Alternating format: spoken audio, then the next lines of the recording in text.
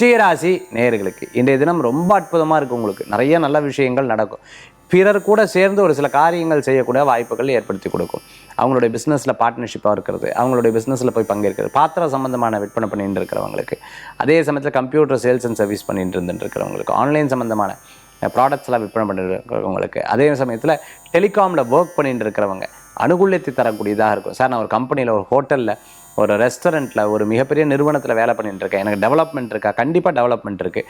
சின்ன சின்ன பிரச்சனைகளை பெருசாக பூத கண்ணாடி வச்சு பார்க்காதீங்க, அப்படியே ஃப்ரீயாக விடுங்க.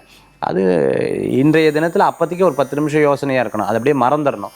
பிரச்சனைகளை மனதுக்குள்ளேயே எடுத்துக்கொண்டு இருந்தோம்னா தப்பு. அனுபவத்தை மட்டும் எடுத்துக்கணும். இந்த அனுபவம் நம்மளுக்கு எப்போவுமே பாடமாக இருக்குங்கிறத மனசில் வச்சுக்கோங்க. அதே மாதிரி விருச்சிக ராசி அன்பர்கள் ஒரு அகலக்கால் வைக்கிறது, ஒரு விஷயத்தில் டக்குன்னு அகலக்கால் வைக்கிறத தவிர்த்து கொள்வது நல்லது. பிளானோட ஒவ்வொரு காரியத்தை பண்ணுங்கள், அது உங்களுக்கு ஒரு பெரிய மாற்றத்தை கொடுக்கக்கூடியதாக அமைந்து கொடுக்கும். இன்றைய தினத்தில் வழிபடக்கூடிய தெய்வம் பார்த்தீங்கன்னா பிள்ளையார் வழிபாடு வெற்றி வழிபாடு.